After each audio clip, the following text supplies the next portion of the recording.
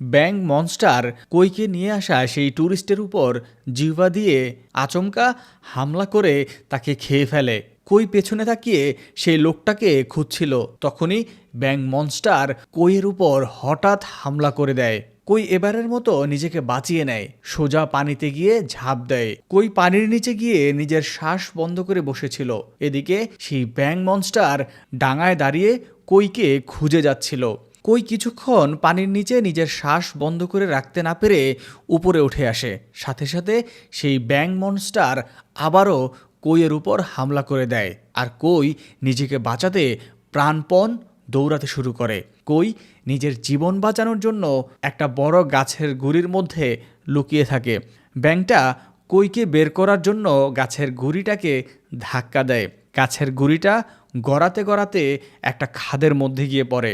কই গাছের গুঁড়িটা থেকে বের হবার পর সামনে তাকিয়ে অবাক হয়ে যায়, কারণ তার সামনে অনেক বড় বড় ডিম রাখা ছিল, আর তার পায়ের নিচেই ছিল সেই জায়ান্ট সাপটার খোলস। কই এবার সরাসরি সেই জায়ান্ট সাপটার আস্তানায় এসে ফেসে গেছে। কই এখনও কিছু বুঝতে পারছিল না। সে ধীরে ধীরে সেই ডিমগুলোর সামনে গিয়ে দাঁড়ায়। এখানে আমরা দেখতে পাই এই সাপ 500 বছরে একবার ডিম দেয় শুধু, আর সেই ডিমকে সাপ খুব সযত্নে রাখে যাতে তার বাচ্চার কোনো ক্ষতি না হয়। কই চারপাশটা ভালো করে দেখছিল, তখনই সেখানে একটা ড্রাগন এসে পড়ে।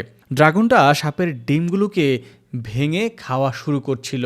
কই ড্রাগনটাকে দেখা মাত্রই ডিমগুলোর পিছনে লুকিয়ে পড়ে, কিন্তু দুর্ভাগ্যবশত তখনই তার ঘড়ির অ্যালার্ম বেজে ওঠে। এর ফলে ড্রাগনটা বুঝে যায় এখানে আরও কেউ আছে।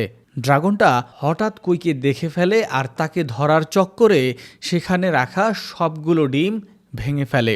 কই নিজেকে বাঁচানোর জন্য এই ভাঙা ডিমগুলোর খোলসের মধ্যে ঢুকে পড়ে, কিন্তু তবুও সেই ড্রাগন কইকে দেখে ফেলে। কই ভয়ে একদম শেষ হয়ে যাচ্ছিল।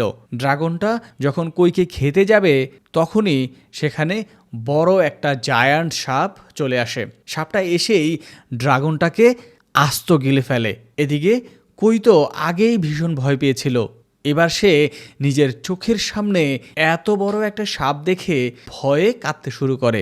কিন্তু ভাবনার বিষয় এটাই ছিল যে এই সাপটা কইকে দেখেও কিছুই বলে না। সাপটা নিজের ভাঙা ডিমগুলোকে দেখেই যাচ্ছিল। একটা ডিম থেকে একটা ছোট্ট বাচ্চা বের হয়ে আসে, সেটাও সেখানেই মারা যায়। নিজের বাচ্চাদের এভাবে হারিয়ে সাপটা কষ্টে গর্জন করতে শুরু করে। এই সুযোগে